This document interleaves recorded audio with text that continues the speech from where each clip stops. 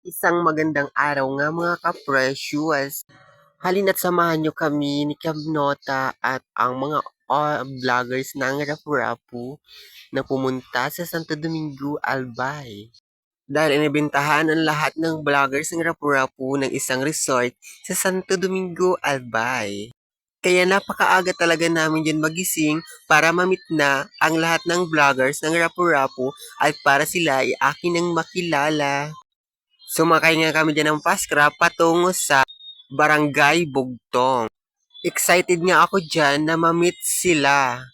Napaka-excited ko nga din na makarating dun sa resort na pupuntahan namin. Kaya pagdating nga namin sa Bugtong is wala pa kaming nagginagawa kasi nga hindi pa dumarating yung mga vloggers is tamang hintay-hintay lang kami dyan nila Kanota at nila Ka-Blessing dyan sa bahay nila Ate Mitch. Kaya ayan, nagkwento-kwentuhan na lang muna kami dyan ng mga Kanota kasi para hindi ako antukin at hindi ako maboring. Kasi sabi nga nila is, alas 12 pa daw ng tanghali kami aalis patungo sa Santo Domingo, Albay. Kasi nga, may sarili kaming service. Hindi kami sumakay ng Pascrap. So, syempre, maaga kaming nakarating ng Bugtong. Kaya kami ang nauna dyan. So, fast forward nga, after nga 12 o'clock, is dumating na yung lahat ng vloggers ng Rapu-Rapu. Nagulat nga ako kasi ang gaganda at ang gagwapo talaga nila. At umalis na nga rin kami at nakasakay na ng bangka. At ayan, fast forward na nga din, is nakarating na kami sa bayan ng Santo Domingo, Albay. Pagdating nga dyan, is natuwa ako kasi nga nandito na tayo after nga 3 hours or 2 hours ata iyon na pagbiyahin namin dyan sa kadagatan is nakarating din kami. So, super napakaganda talaga ng Coastal View Beach Resort. So, ay nakarating din nga kami sa mismong lugar. So, masasabi ko talagang napakaganda at magugustuhan nyo talaga dito pag nakarating kayo. Sulit at affordable mga ka-presyo. Napakaganda talaga ng kanilang lugar at ng mga super napakaganda talaga ng kanilang resort. Meron silang napakalaking swimming pool kung saan pwede kang maligo. So, sakto nga lang yung temperature ng kanilang swimming pool kaya hindi ka lalamigin. May bahagi nga itong malalim at may bahagi din na mababaw. Meron din nga silang maraming kwarto kung saan pwede ka nga magpahinga or matulog. Malaki din ang kanilang mga kwarto na good for 5 and 6 people. Sulit at affordable talaga dito sa Coastal View Beach Resort. Masasarap nga din dito ang mga nire-reserve nilang mga pagkain. Pwede rin kayo dito magkantahan at maglakad-lakad. At pwede rin dito magsayawan, magkaldagan at mag-inuman. Pwede nga rin ninyo dito dalhin ang inyong mga jowa or kaya ang inyong mga pamilya or mga kaibigan. Hindi kayo dito kukulangin sa budget sapagkat hindi ito kamahalan kung kayo ay pupunta dito. Super napakaganda talaga ng Coastal View Resort. Maraming maraming salamat nga kay Ma'am Ann na siya ang may-ari ng resort na yan. Salamat sa pag-invite mo sa aming mga Rapu-Rapu vloggers para makarating dyan. So for the first time kong makarating dyan, so napakaganda talaga. Hindi ako magsisisi at babalik ako dyan sa pagdating ng panahon. Panahon! So maraming maraming salamat nga din sa mga vloggers na nakasama ko dyan sa Coastal View Beach Resort. Is natuwa talaga ako at naging masaya ng araw na yan kasi nakasama ko silang lahat.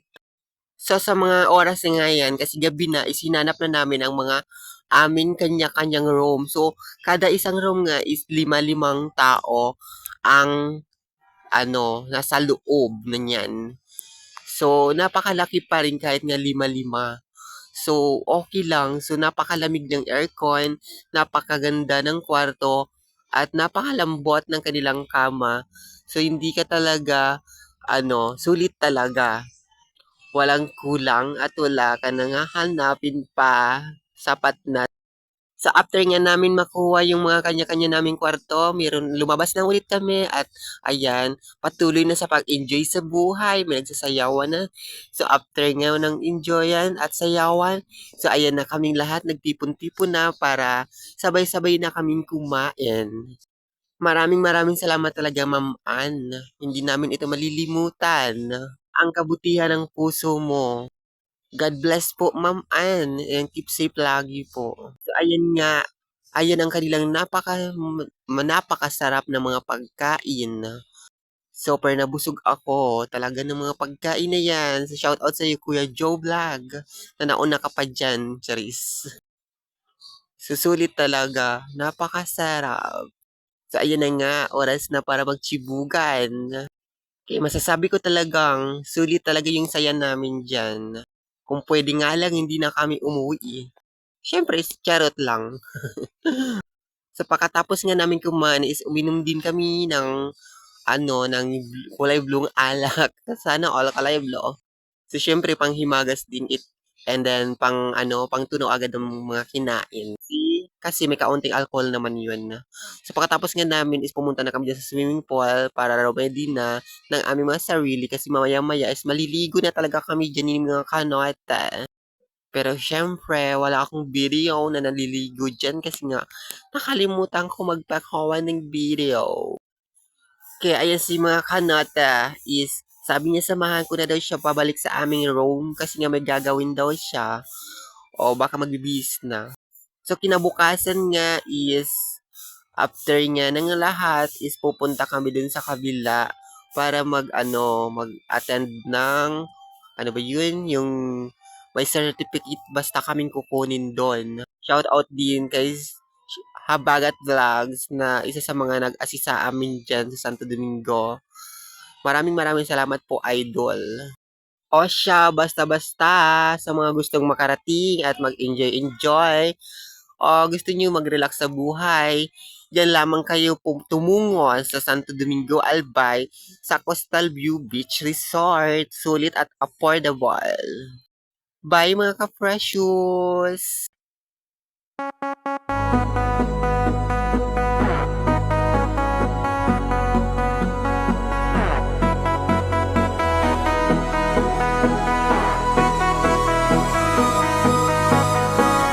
It's been so long